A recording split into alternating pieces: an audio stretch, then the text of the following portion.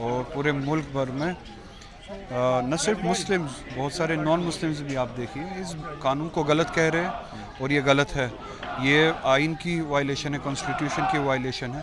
तो जो कानून कॉन्स्टिट्यूशन की वायलेशन करता है, किसी रिलीजन के से वाबस्ता लोगों के रिलीजियस राइट्स को छीनता, तो उसकी मुखालफत करना जायज़ सी बात है कि वहाँ पे नंबर्स की बुनियाद पे डिसाइड होता है। तकरीरें हुई, जो कुछ हुआ, उसके बाद हुआ क्या, जो कॉन्स्टिट्यूशनल वायलेशंस इस बिल में है, क्या उसको कॉन्स्टिट्यूशन को ख्याल में रखा गया? नहीं रखा गया।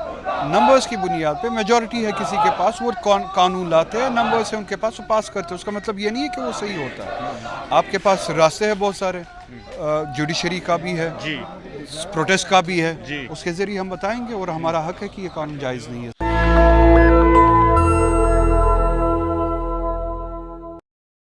जिस प्रकार से वक्फ संशोधन अब कानून बन चुका है और उसको लेकर जम्मू कश्मीर विधानसभा में हंगामा हुआ, किस प्रकार से एनसी के सदस्यों ने वेल में जाकर हंगामा किया, किस पे चर्चा होनी चाहिए।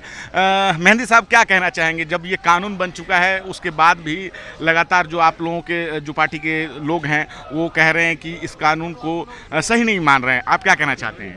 कानून मेजॉरिटी के नंबर्स के बुनियाद पे बना है, नंबर्स की ताकत की बुनियाद पे बना। उसका मतलब ये नहीं है कि कानून सही है। और पूरे मुल्क भर में न सिर्फ मुस्लिम्स, बहुत सारे नॉन मुस्लिम्स भी आप देखिए इस कानून को गलत कह रहे हैं और ये गलत है।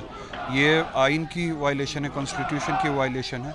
तो जो कानून कॉन्स्टिट्यूशन की वायलेशन करता है, किसी रिलीजन के से वाबस्ता लोगों के रिलीजियस राइट्स को छीनता, तो उसकी मुखालफत करना जायज़ सी बात है। मेहंदी साहब, लेकिन भाजपा कह रही है कि दोनों ही सदनों में 12-12 घंटे तक चर्चा हुई है, उसके बाद ये कानून बनाया गया है, जेपीसी तक बनाया गया इसके ऊपर, उसके बाद ये कानून पास किया गया है। देखिए 12-12 घंटे ये कब तक दोहराएंगे? 12 घंटे में आप ये निकालिए कितना टाइम बीजेपी ने खुद लिया और मुस्लिम एमपीज़ को कितना टाइम मिला, बीजेपी ने कितना टाइम लिया, अपोजिशन ने कितना टाइम लिया।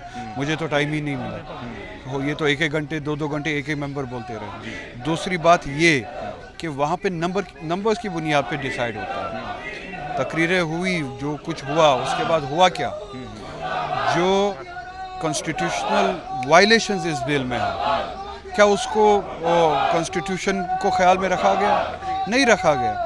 नंबर्स की बुनियाद पे मेजॉरिटी है किसी के पास, वो कानून लाते हैं, नंबर्स है उनके पास, वो पास करते हैं। उसका मतलब ये नहीं है कि वो सही होता है। आपके पास रास्ते हैं बहुत सारे, जुडिशरी का भी है जी, प्रोटेस्ट का भी है जी। उसके ज़रिए हम बताएंगे और हमारा हक है कि ये कानून जायज़ नहीं है, सही। मामला सुप्रीम कोर्ट में है, 11 याचिकाएं लग चुकी है, कांग्रेस, AIMIM और भी तमाम जो है 11 याचिकाएं लग चुकी है, लेकिन सुप्रीम कोर्ट ने तत्काल सुनवाई से अभी जो है इसको रोका है। मैं सुप्रीम कोर्ट के अभी जो वो डिसीजंस लेते हैं या जो कार्रवाई करते हैं उस पर ज़्यादा कमेंट नहीं करूंगा। उम्मीद है कि वो सुनेंगे और कॉन्स्टिट्यूशन की रूह से, कॉन्स्टिट्यूशन के बुनियाद पे इस लॉ को रिजेक्ट करेंगे। उम्मीद ऐसी है। लेकिन सर क्या लगता है सुप्रीम कोर्ट से इसमें किस प्रकार, जो आप लोग कह रहे हैं कि इसमें अनुच्छेद 25 से 29 के बीच का उल्लंघन हुआ है, क्या लगता है सुप्रीम कोर्ट इस बात को मानेगा? क्योंकि संसद जब कानून बनाती है तो सारे मामले देखकर बनाती है, उन्हें भी ये बात पता होता है कि अगर संसद से कोई कानून बनता है तो वो फिर सुप्रीम कोर्ट भी जाया जा सकता है। कौन से कानून इस रिजीम के जरिए कॉन्स्टिट्यूशन को देख के बनाया जाता है?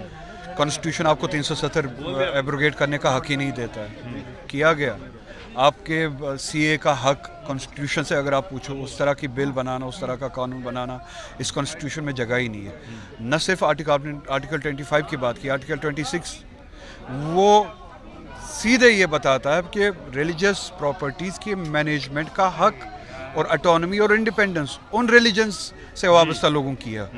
गवर्नमेंट उसमें इन्फ्रिज नहीं कर सकती है, ये कॉन्स्टिट्यूशन बताता है। तो कहाँ ये कॉन्स्टिट्यूशन के हिसाब से ही बनी हुई है, कहाँ कॉन्स्टिट्यूशन को ख्याल में रख के ये बिल बनाई गई है या इस तरह की बिल्स बनाई गई है?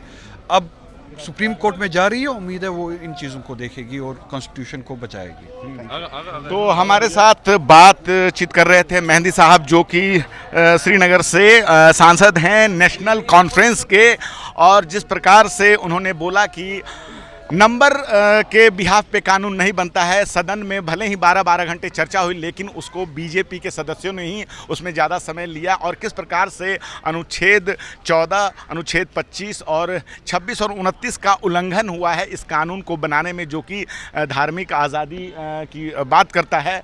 और जम्मू कश्मीर विधानसभा में इसको लेकर आज बहुत हंगामा हुआ, चर्चा की मांग की गई। तो आर्टिकल 25 से लेकर 29 के वायलेशन की बात की जा रही है कि इस कानून को बनाने में आर्टिकल 14 और आर्टिकल 25, 26 और 29, जो कि धार्मिक मामलों में आज़ादी, अपनी संस्कृति को बचाने की आज़ादी और अपने जो है बोर्ड को प्रबंधन करने का हक देता है किसी भी माइनॉरिटी को, किसी भी अल्पसंख्यक समुदाय को। हालांकि लोकसभा और राज्यसभा दोनों ही जगह से ये कानून पास होने के बाद राष्ट्रपति की मुहर भी लग गई है, लेकिन देश के कई शहरों में विरोध प्रदर्शन हो रहे हैं और अभी तक 11 याचिकाएं जो है वो दाखिल हो चुकी हैं सुप्रीम कोर्ट में सुनवाई हुई। और कपिल सिब्बल और जो मनु सिंघवी, अभिषेक मनु सिंघवी, उन्होंने सुप्रीम कोर्ट से ये कहा कि इस पर जल्दी से जल्दी सुनवाई की जाए, लेकिन सुप्रीम कोर्ट ने अभी इस पर तत्काल सुनवाई से जो है इनकार किया है। उन्होंने लिस्टिंग की बात कही है।